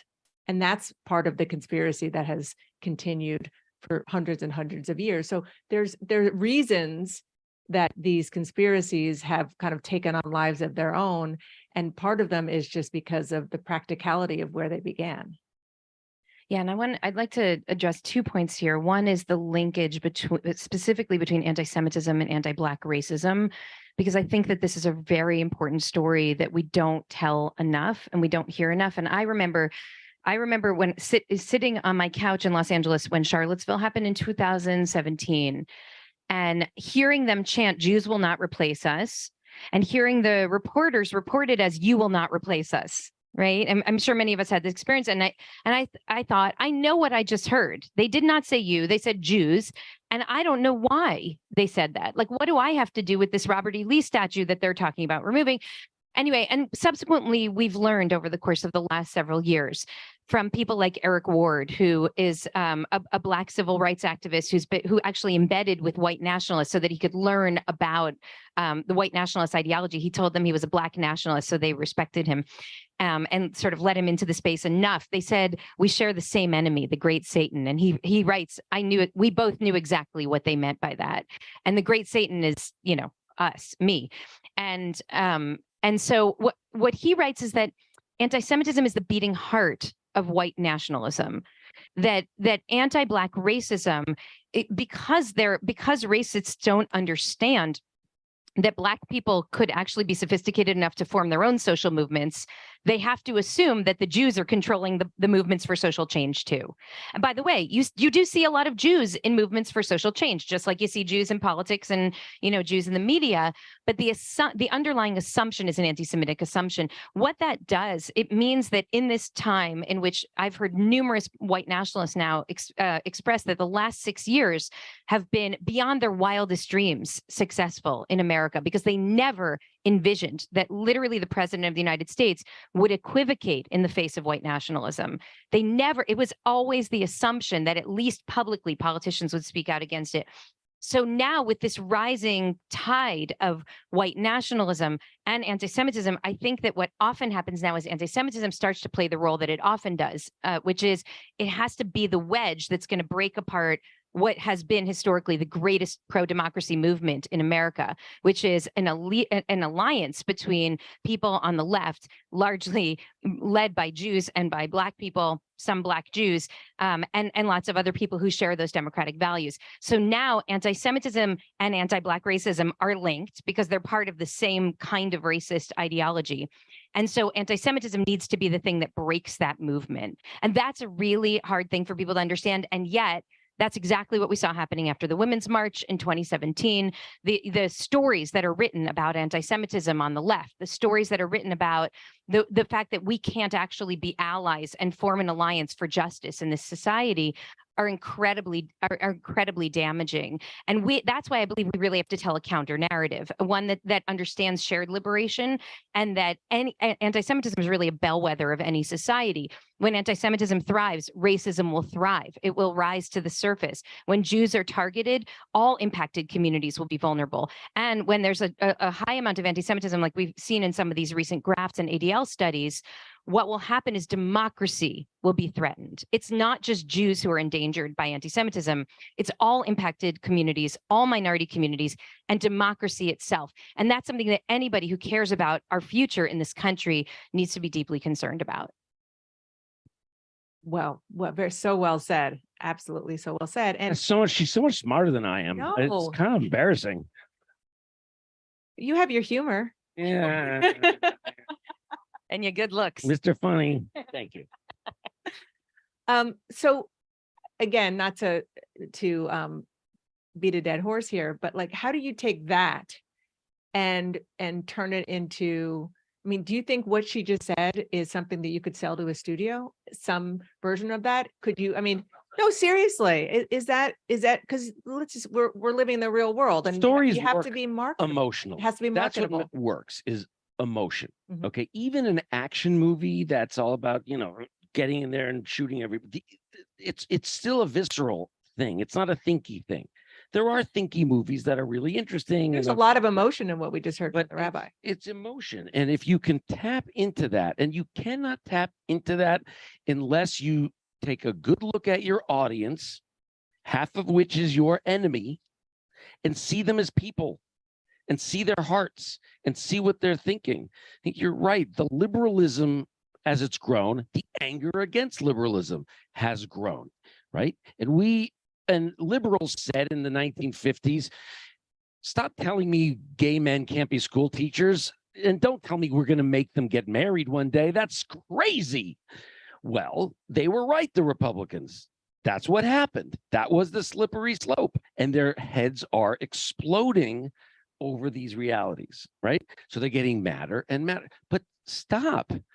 Find the person, go fishing. That's what you have to do. And when you tell a story, you're reaching into what's the real part of this person, what's the human part of this person, because that's going to get the audience to feel drawn in and not pushed away. And it's hard to do it in life, right?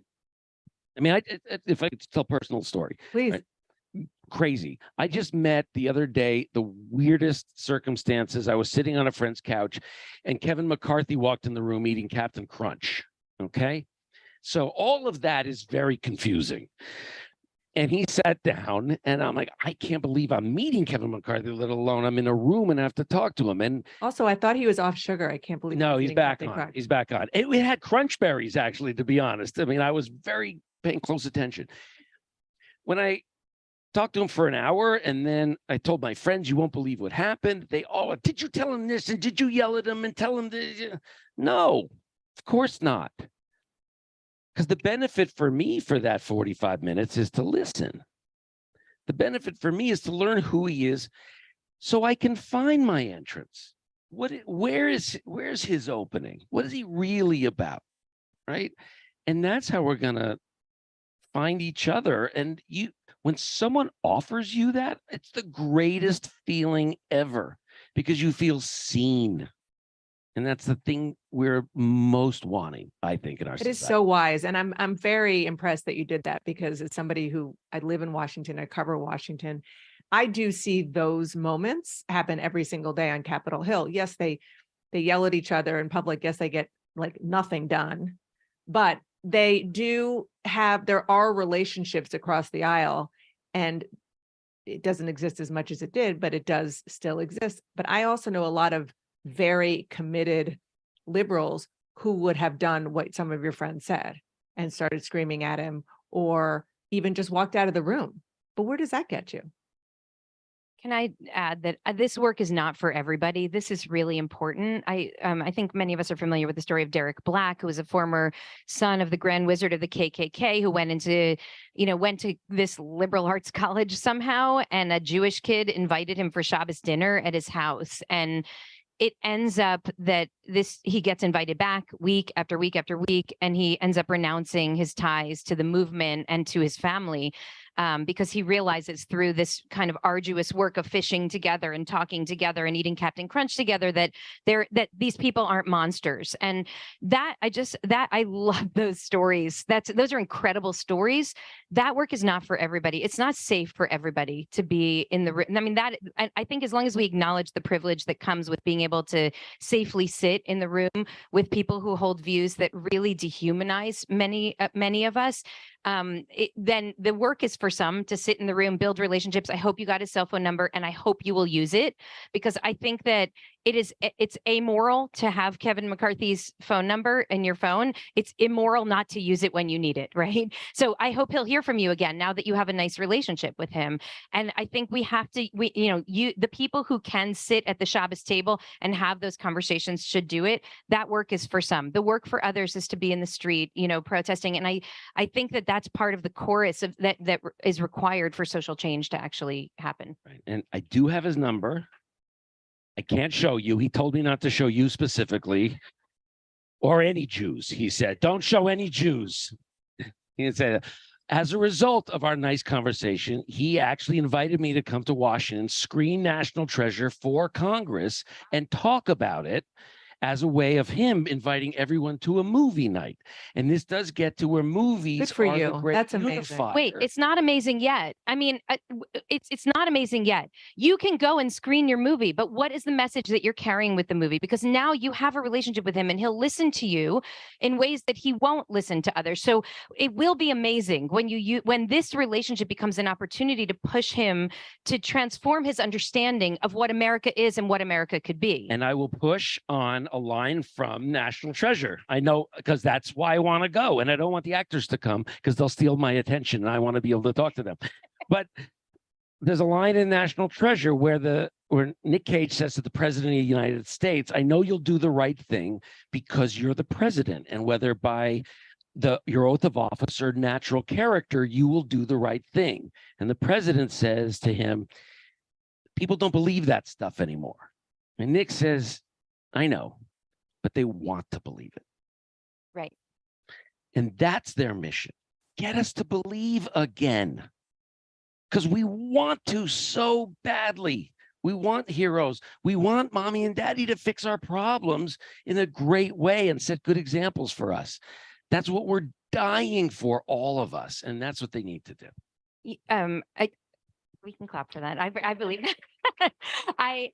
I appreciate the multifaceted nature of this conversation and that we're speaking, that this needs to be addressed from an evolutionary biology point of view, from a psychological point of view, social, cultural, spiritual, creative, artistic.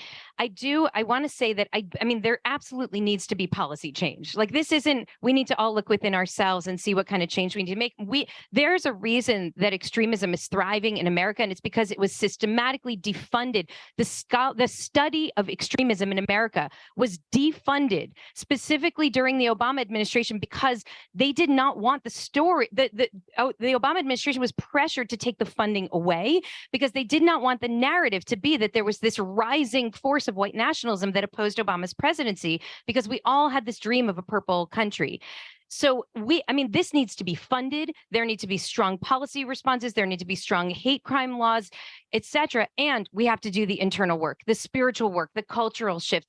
So I just want to, as we come to, close to the close today, it has to be all of these things and not any one of them. I also want to bring Hannah Arendt into the room for a moment, if I may, because Hannah Arendt wrote, who of course fled Berlin at the time of the Nazis rising to power. Hannah Arendt wrote that the precondition for tyranny is isolation and social alienation. Moments ago, the more isolated we are from each other, the less we understand, the less we are willing to sit in the room with one another and across the table, the more likely it is that the people who have really, I think, nefarious ideas of where the country should go will be able to do so effectively. I read a deeply troubling study a couple of years ago that something like 30% of Americans have no interactions at all with their neighbors, and have not one person in their life that they see as a confidant, someone who they can trust and share when their hearts are broken. And that is a precondition of tyranny. So it's about building relationships. It's about eradicating shame from the self. It's about, telling new stories. It's about political change and voting rights and fighting against anti-trans legislation. It's about all of these things. And so I deeply appreciate the multidisciplinary approach that you started us off with this morning. Thank you. Do you have any presidential ambitions? Absolutely not. Both of you, thank you so much. What a fantastic discussion. I learned so much from each of you. Appreciate it. And thank you again for inviting me, inviting all of us for this incredibly incredibly important topic. Thank you. Thank you all.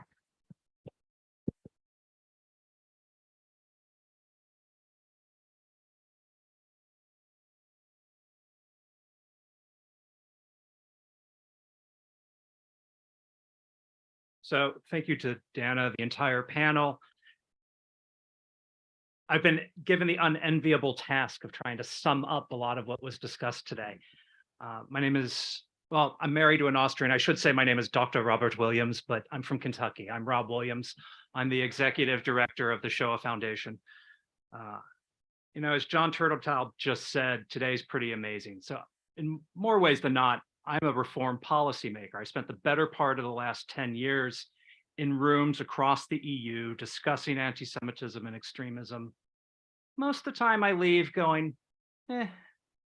But today I actually have some hope because I think we're able to reach more people.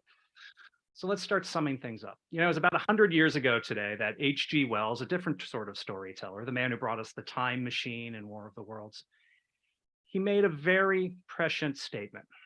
He said, the world today is in a race between catastrophe and education. Now, he wrote these words with the shadow of the First World War in mind, an event that he chalked up to two things: our inability to relate to one another on individual terms and being blinded by what he called the blinkers of nationalism, an inability to think of any country but your own. A few years later, Wells and others watched as anti-Semitic, fascist, totalitarian movements swept across Europe from the former Russian Empire to Britain and across the Atlantic Ocean. These groups attacked people in the streets and committed acts of terror. Some failed to thrive, too many were successful, and those that succeeded followed a basic playbook. They engaged in political violence, they rejected the individual and instead promoted myths about groups. They created cults of personality around blowhards and would-be heroes. They used the technologies of the day, first the car and the loudspeaker, then film and radio, to propagandize and to recruit. We often forget the other key point that made them successful. Most of these groups, including the Nazi Party, came to power through democratic elections. Now, many members of the Nazi Party or the Ustasha or the Iron Guard or the Arrow Cross, they shared some features in common. They felt isolated by the political, moral, or social norms of the day. They rejected or at least chose not to cope with the changing world around them. They felt detached, so they sought solace in the lies of conspiracy theories, in the words of demagogues, and in a belief that marginalized groups were somehow responsible for them not winning. Catastrophe followed, a break in our civilization that we now recognize as the Holocaust. Now, the Holocaust was the German-led genocide of approximately 6 million Jews across Europe and North America, but it did not stop with the Jews. As my good friend, the eminent Israeli historian Yehuda Bauer has said many times, 35 million people died in World War II because the Germans and their collaborators wanted to destroy the Jewish people. After the war, we, principally the United States and our allies, hoped we might establish an international system of human rights to protect us from such disaster in the future, a way to right the wrongs of the past. And there has been progress. We have more opportunities to understand one another today through education and through communication. Laws, until they're repealed, protect our basic civil rights. And in better times, we've seen evidence that healthy democracies built on checks and balances can minimize anti-Semitism, racism, deprivation, and various forms of conflict. But we sit on shaky ground, and I'm not just saying that because we're in California.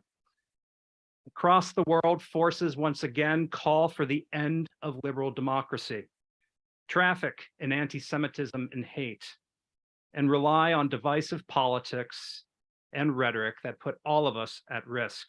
The past doesn't echo, it booms, but things have changed. Today's extremists pick from a grab bag of ideologies that fit their preconceived biases. That's why when you go online, you see something scary.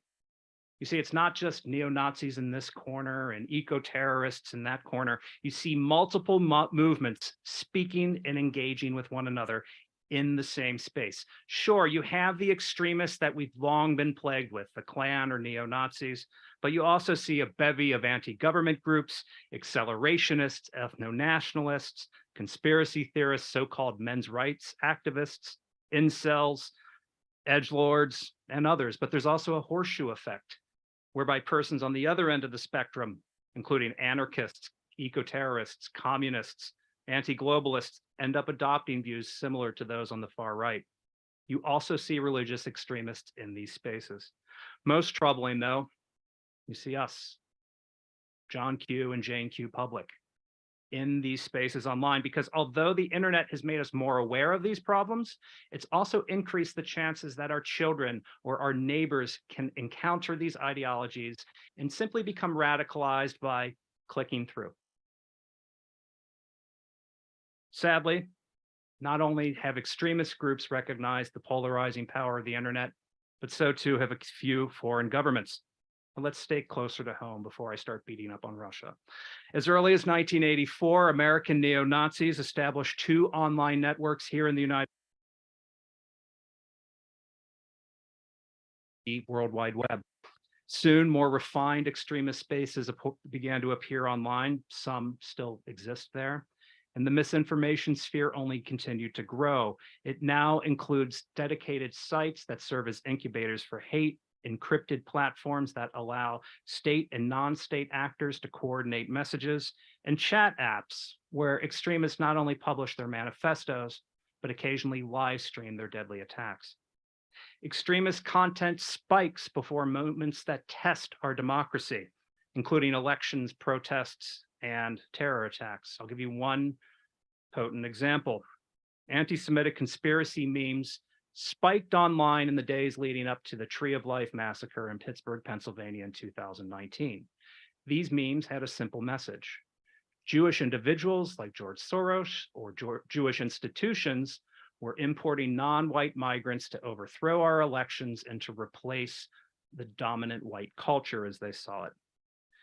Therefore, when he went on Gab, the perpetrator of that attack stated he was going to do something because he believed Jewish institutions, quote, are bringing in invaders that kill our people. He murdered 11 and injured 6 others, and this same belief also influenced the suspect in the murder of the 10 grocery store shoppers in a predominantly Black neighborhood in Buffalo last spring. Several foreign countries understand this reality.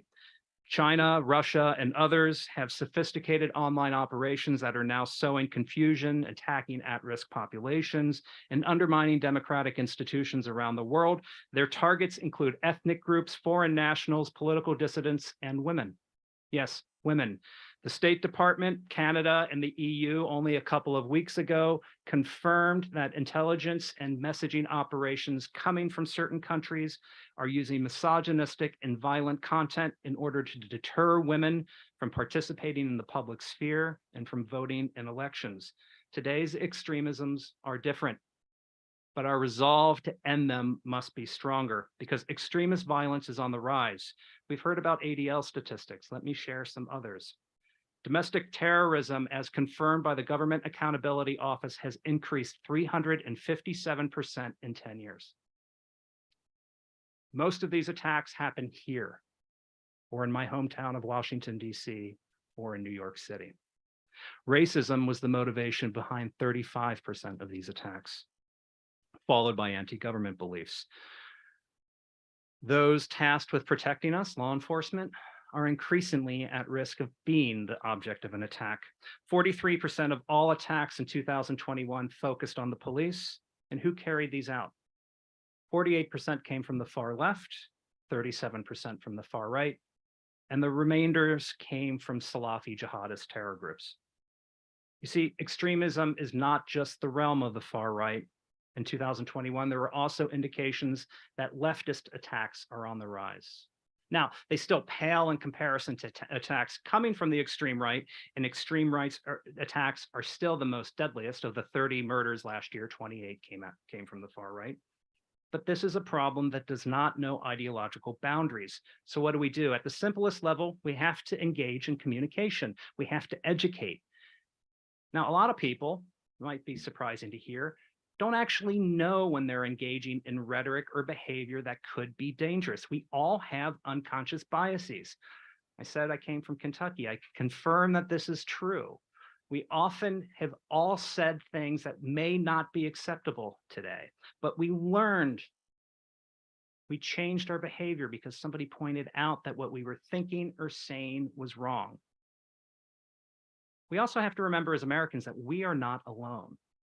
Many countries have faced and continue to face these challenges. As Arnold, Erroll, and others have pointed out, countries like Austria, countries like France, heck, most of the EU have action plans in place to counter anti-Semitism and other forms of extremism, if not dedicated government institutions like the DILCRA in France to deal with these problems. There are best practices we can learn. And there are also examples from our past. Sorry, I'm an historian. Few communities were as radicalized as the Germans during the Nazi era. But anti-Semitism and Nazism did not end in May of 1945. It took generations, but eventually West Germany, and today the whole of the Federal Republic, became a strong democracy that affirms human rights. This only happened for two reasons. One, the German people resolved to come to terms with the past. They have a wonderful word for this, Vergangenheitsbewältigung. But it's something that is very serious and deeply ingrained in German, and I would argue today in Austrian society as well. The other secret was international cooperation, led by the United States, which aspired to assist countries on the path to democracy through diplomacy and through international exchange, through educational programs, through learning and speaking to one another, to opening our eyes to reality. Sadly, too many of these programs have gone the way of the dodo. That's why universities like USC are so vital to the future we seek, that being a more peaceable future. We also cannot be complacent. Erroll mentioned the Oklahoma City attacks of 1995 that claimed 168 lives. Because of Oklahoma City, because of the search for the Unabomber, because when you take away attacks like September 11th, the vast majority of terror attacks that have happened in our country have come from the far right. Our government at one point was focused on minimizing right-wing extremism. But then September 11th happened. Our focus shifted. We became complacent. This gave right-wing and left-wing movements an opportunity to grow. And just as extremism cuts across ideological divides, so too must our response. This is a bipartisan concern, but it is not a bipartisan concern in practice. We need to push for change because it doesn't matter if extremism comes from the left or from the right. The outcome is the same. We also need to remember our personal responsibility to stand up. Many atrocities born of extremism, even genocides like the Holocaust, happened because two groups took certain actions. On the one hand, you had the perpetrators, but on the other hand, you had the tens, if not hundreds of thousands of passive eyewitnesses, or those who profited off of these crimes, or those who just stuck their head in the sand and didn't speak up. Now, yes, there were some who decided to resist. There were some who decided to rescue, but they were too few. At the end of the day, there were just too few sufficiently educated to be stronger than hate. So when we educate, we need to remember a few things. We need to remember that not every person who holds extremist views is beyond redemption or necessarily a dangerous radical. Very few people want to be on the wrong side of history. That's why dialogue matters. That's also why influential voices like Arnold's matter. I can't underestimate or understate the value of his online chats, his outreach to the world, and the use of his tremendous platform to bring about change. He uses his voice for good because he knows the world we live in is in trouble. We have a responsibility to model this behavior. Whether we're influencers or not, whether we are leaders or not, we have to be brave enough to stand up so that we can draw the world's attention to the need to bring about peace. And just as we need the voices of the influential, we also have to engage in dialogue with the victims of extremist violence, be it through discussions like the ones we're having, or through engagement with the tens of thousands of testimonies housed here at USC and the Shoah Foundation, learning from those who've had the experience, the insight, the humanity to illuminate the dangers of extremism is necessary.